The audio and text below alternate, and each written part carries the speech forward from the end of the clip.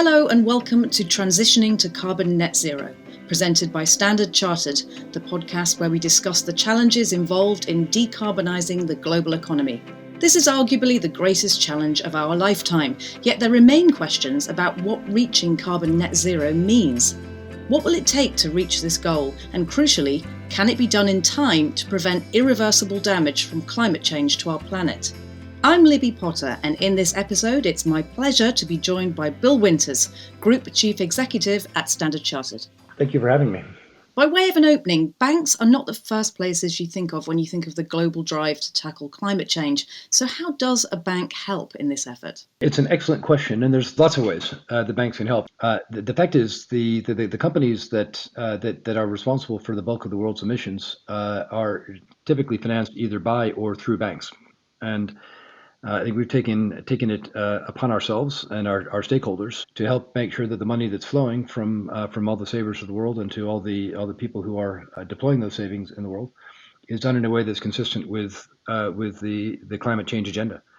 So consistent with the march to net zero for the global economy by 2050. When a company talks about transitioning to net zero, what does it actually mean? It's a huge question, and I think in some cases it's pretty clear. I think. Yeah, for starters, we've got these definitions of scope 1, 2, and 3, with 1 being the direct emissions from our business, and 2 being the things that we can control and see, but that are an extension of our business, and 3 being the emissions that are coming from basically our suppliers or other parts of our means of production. For us, the most difficult by far is to determine what is our responsibility for the emissions of our clients to whom we're providing financing. So, for example, if we lease an aircraft to an airline, how much of the carbon emission from that airline's business activities, flying people around the world, is going to be chalked up to Standard Chartered? And those are big methodological questions. There's really no right answer, but we have to come up with an answer nevertheless. And once we've measured what our emissions are today, what we're saying is we're going to get that down to zero by 2050. Now, we know that we can never get our emissions all by ourselves to zero. But no matter how hard we try, we're still going to have some power that's not entirely green. And we're still going to have some financing activity with clients who themselves can't get down to zero emissions.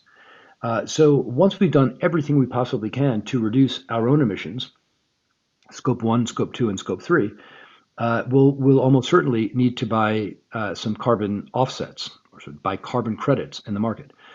Which is saying we can't reduce our emissions any further, but we're going to get to net zero ourselves by helping other people get carbon out of the environment. And that could be investing in reforestation projects or investing in projects to avoid deforestation, or it could be investing in new technologies that suck carbon out of the atmosphere and sequester it underground permanently, or that invest in technologies that will allow us to replace jet fuel, diesel fuel, a petroleum product, with an alternative green aviation fuel, or to replace fossil fuel powered facilities with hydrogen powered facilities. Those sorts of things. So net zero means getting the global economy to the point where there is no longer carbon going into the atmosphere.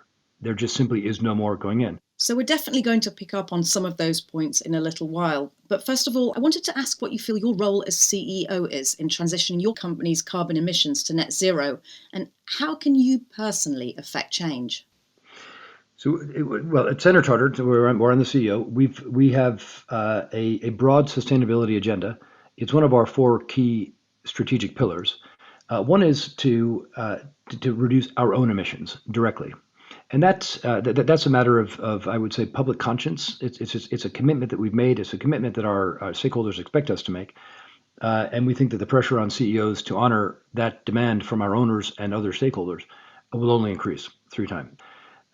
My colleagues want to come to work for a company that they believe in and that they believe is taking care of their future, both their professional future but also their livelihood.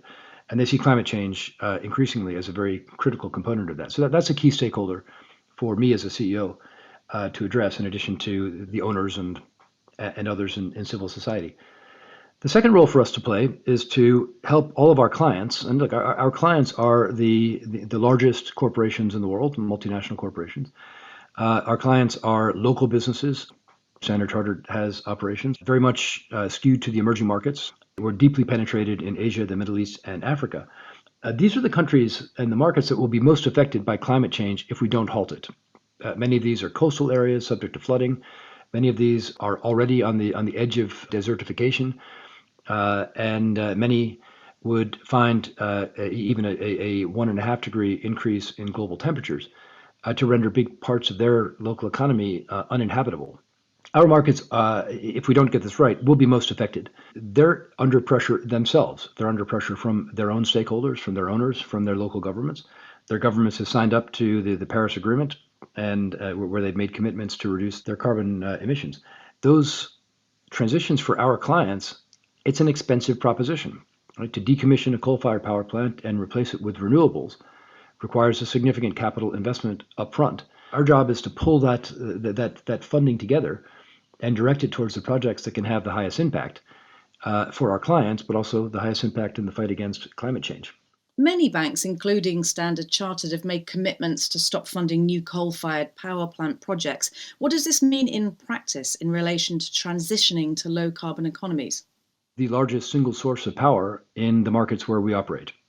So across Asia, the Middle East, and Africa, the primary source of power is coal, and in many cases with plants that have relatively old technology, so that the carbon efficiency is even worse. These are really bad polluting plants.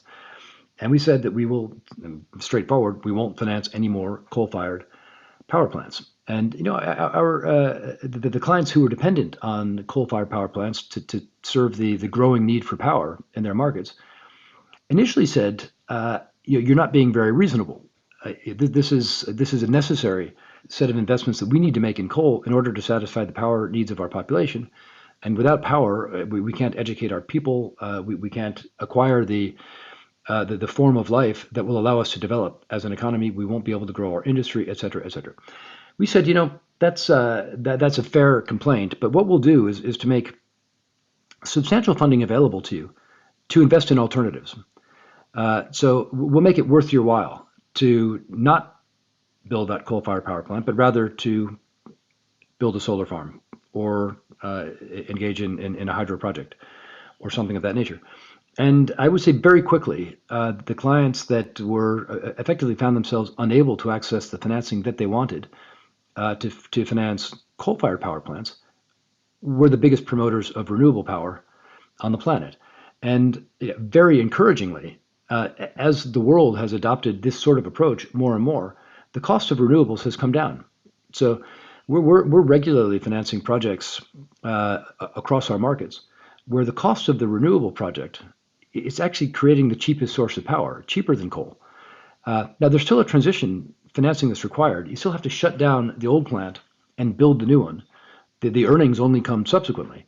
And that's what banks do, is to fund those kinds of investments that are generating a strong return, certainly for the person who's borrowing the money, but obviously to the extent that is matched by value creation for society at large. That's a fundamentally good thing, and that's what we do. So you mentioned that Standard Chartered operates in emerging markets that are known to be major contributors to global carbon emissions. Does this undermine your commitment to sustainability, do you think? Not at all. We made a statement, I guess it was 2 years ago, that we have subsequently tightened even further, but we said we will not have any financial relationship with corporations who are more than 10% dependent on coal for their underlying operations, and that will be by 2030. So we said, dear clients, you have 10 years from 2020 to work with us to reduce your dependence on coal below 10%. Now we subsequently revised that down to 5%. But along with the declaration that we would not have a client that's more than 10% dependent on coal, we said we've also got $40 billion of financing that we will make available to those same clients who need help transitioning from dependence on coal to dependence on other power sources. So we still do have, I mean, here we are in 2021, we still have clients that are reasonably dependent on coal. Virtually none of our clients responded to our declaration by saying, we can't do that or we won't do that. They've all said, that's good. We have the same objective to reduce our dependence on coal. let's figure out how we can do this together, and let's figure out how Standard Chartered can help in doing that. So, but I'd broaden this out a bit to say the broader commitment that we've made is that we as a bank will be net zero by 2050. And that includes our share of the emissions that come from the clients that we're financing. So exactly to your point about our existing client base. Now, as we all know, 2050 is 29 years from now. We're not going to be at net zero tomorrow. We have airlines that are burning jet fuel in our lending book. We have utilities that are burning coal in our lending book, and we have steel manufacturers that are burning coking coal, using coking coal in our lending book. They're there today. We have told every one of those clients they're going to need to come up with their own plan in terms of their own transition to net zero, and that will help them get there. And I say so far, the response has been outstandingly positive. I think our clients, are very, very happy that we're helping them in their transition, which is the only way that we can help ourselves in our own transition. Along the way, though, you'll have people who will observe and say, you're providing financial services to a company that's still using coal. How can that be consistent with Standard Chartered's net zero commitment? The answer is it's a transition. That's what the world has signed up to. That's what we've signed up to. We all believe that if we accomplish this net zero by 2050, that we can keep temperature changes on the planet to below 1.5 degrees above pre-industrial levels. Right? That's why we're doing this. That should be enough to save the planet. But we can't do it overnight, and no one's ever pretended that you could do it overnight. So that's the business that we're in. That's the transition that we're undertaking. It's the commitment that we've made, and every indication I've seen so far is that we will be able to hit that commitment. So can you tell me a bit more about your role as chairman of the Institute for International Finance, the task force on scaling voluntary carbon markets? It's a mouthful for sure, but what is it, and what's the significance of it? It is a mouthful, and it's I can tell you it's an armful in terms of the work that we've taken on as well. The carbon credit market today, it exists. It's existed for 30 years. There are government forms of that market, like the European emission scheme, and there's a private market which is bespoke.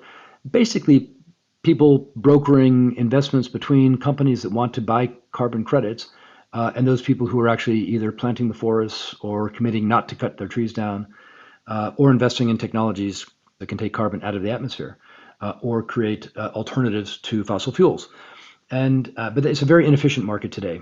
There's no easy way for a buyer and a seller to come together with a high degree of confidence that it's a good project today, and that it remains a good project. If I pay $100 today to plant a bunch of trees, I want to know that 30 years from now those trees are still standing, and who's going to check that for me?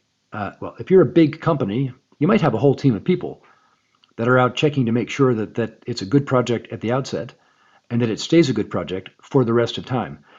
But the average buyer of carbon credits, the consumer who wants to offset her purchases of an airline ticket, has no way of providing that kind of diligence. So we want to create a set of standards that are agreed and understood.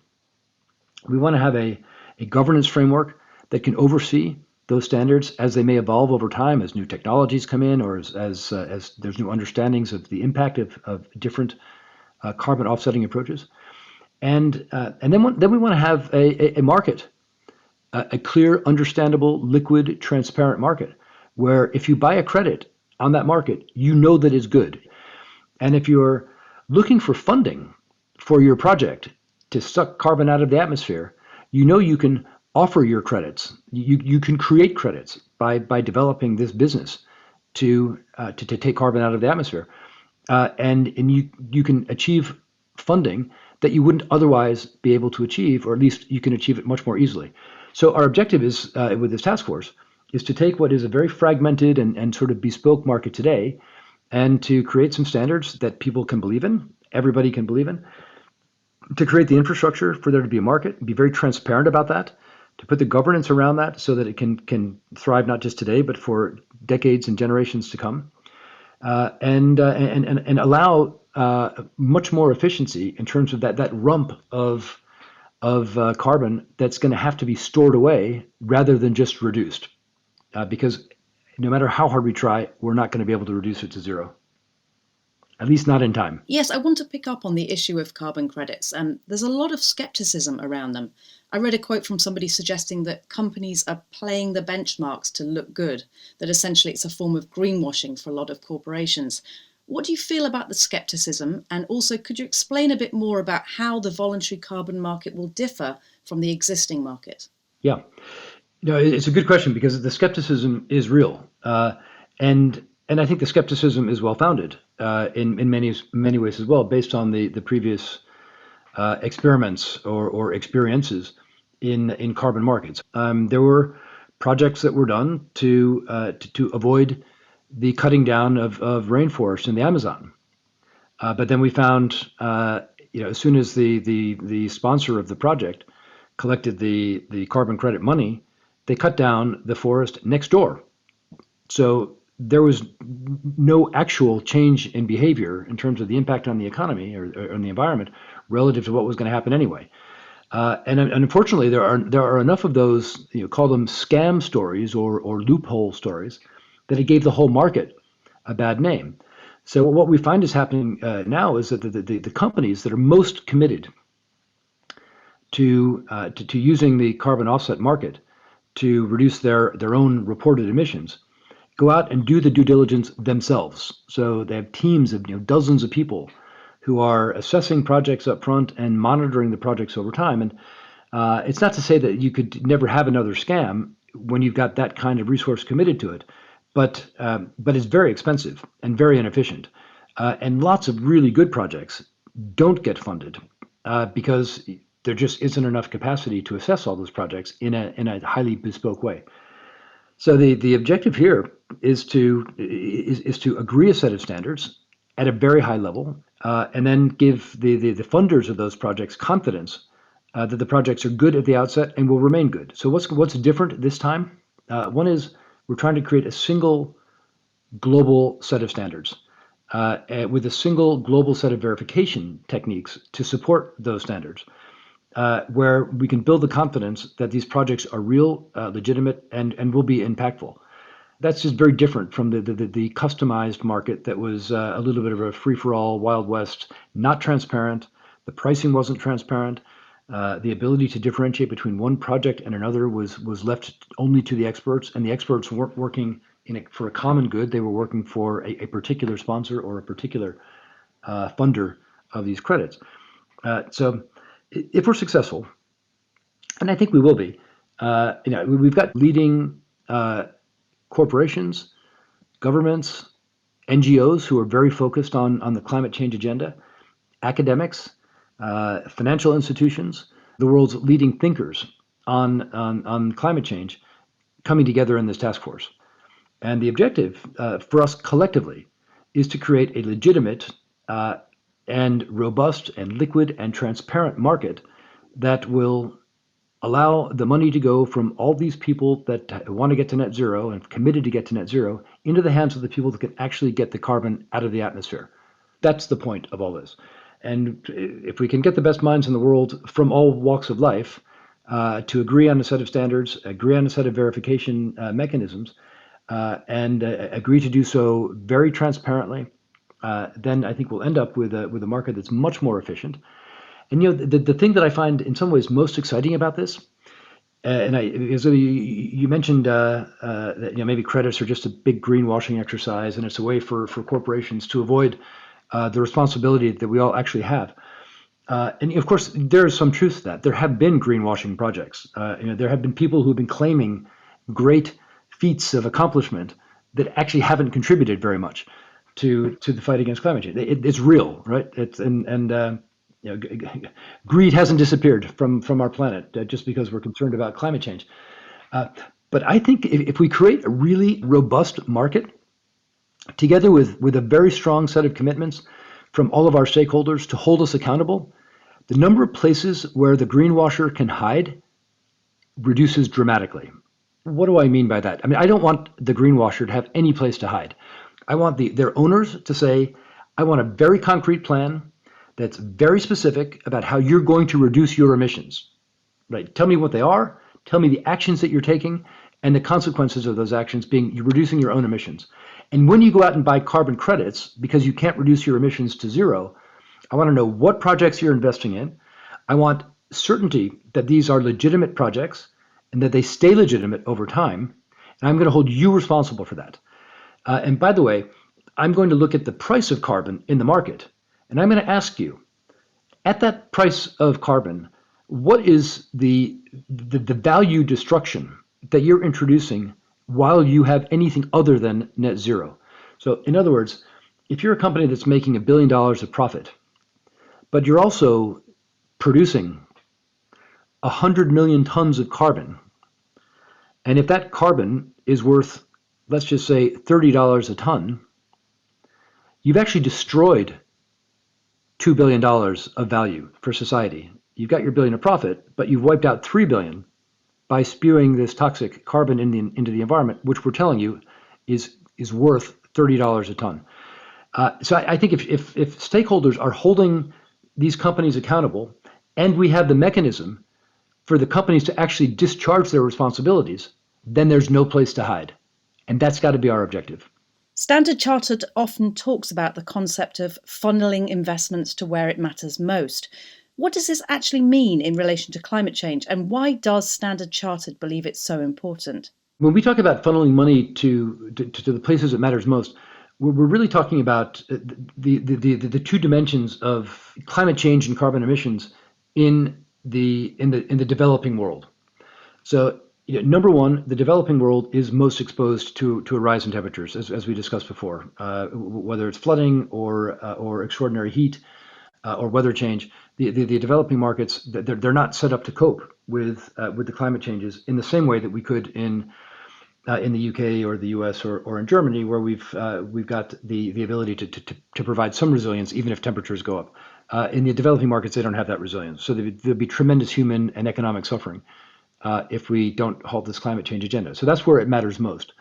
The second way it matters most is that many of these same markets are the biggest emitters. And it ranges everywhere from cooking stoves at a very micro level to massive coal-fired power in faster growing economies. China is the fastest growing economy in the world, is racing forward with renewables and nuclear power, which obviously is good from a climate change perspective. It has its other challenges, but China is building tremendous new capacity away from fossil fuels and carbon emitting power sources. But the economy is also growing at a tremendous rate. So the fastest in the world, biggest contributor to global growth. That makes it very, very difficult for China to stay ahead of the curve in terms of carbon reductions. In other words, the biggest impact for the global climate change agenda will be to find new ways to help China accelerate their migration away from carbon-based power to alternatives. Likewise, Nigeria. Likewise, the rest of Asia, etc. So our markets, not because we planned it this way, it's just where we happen to operate, are both have the most adverse impact if we don't get this right, but can also have the most positive impact if we do get it right. Given that the priority of most companies is to generate profits, and that these same companies often see the transition to low carbon as low priority, that they're going to sort of affect change over a long period of time, why must action happen now, and what are the first steps that they can take? I think where you started the question is itself I think quite a controversial statement. I think there certainly has been the view for some time that the primary objective, or maybe even the sole objective, if you believe Milton Friedman, of the corporation is to generate profits for shareholders.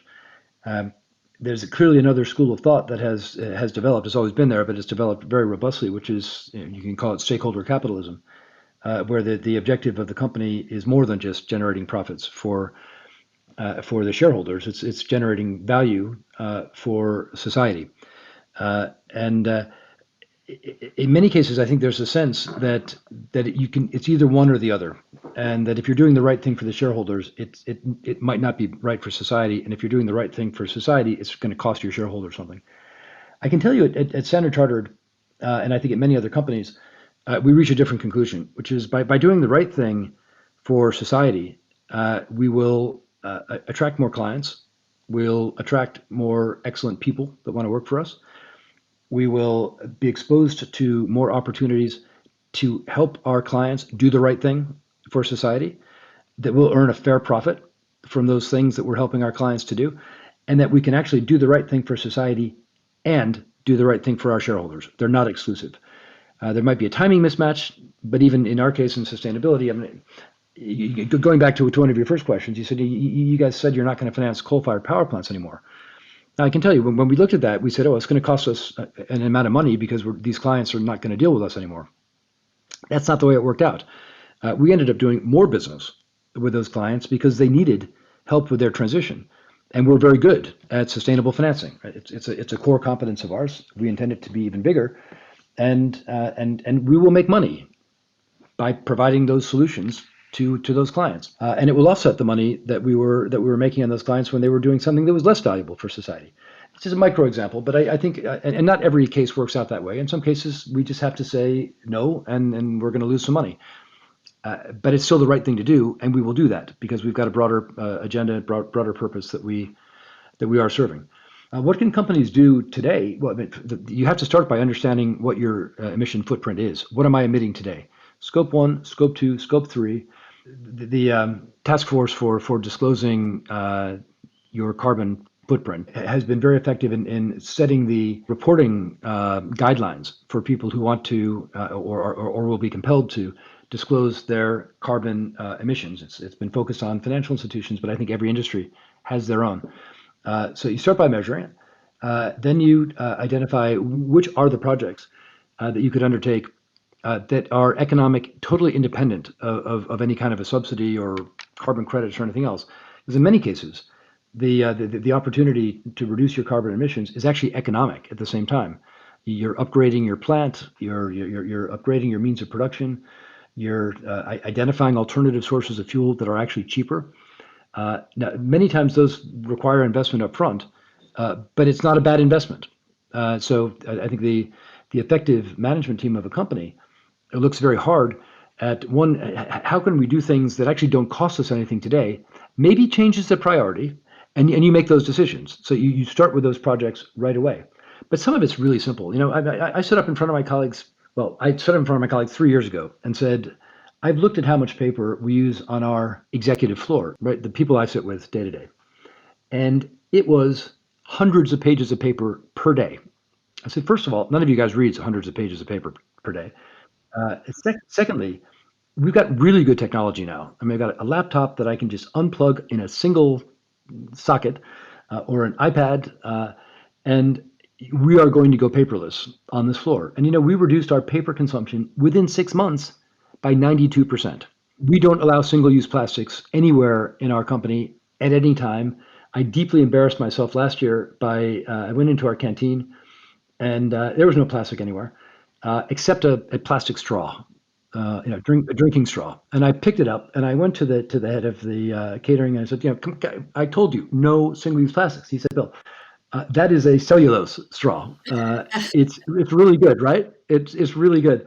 Well, that story went a little bit viral inside the organization, mostly because I made a fool of myself, but because I think it also indicated that even the little things like a plastic straw, you have to care about. Yes. And we do. So I mean, there's and none of that costs anything, right? In fact, not printing the paper saves us money. And replacing our plastic cutlery with wood or with washable metal isn't costing anything either. People feel good about their small contributions, but you must not let the small things get in the way of the big things. And the big things are, where am I sourcing my power? How am I transporting my product?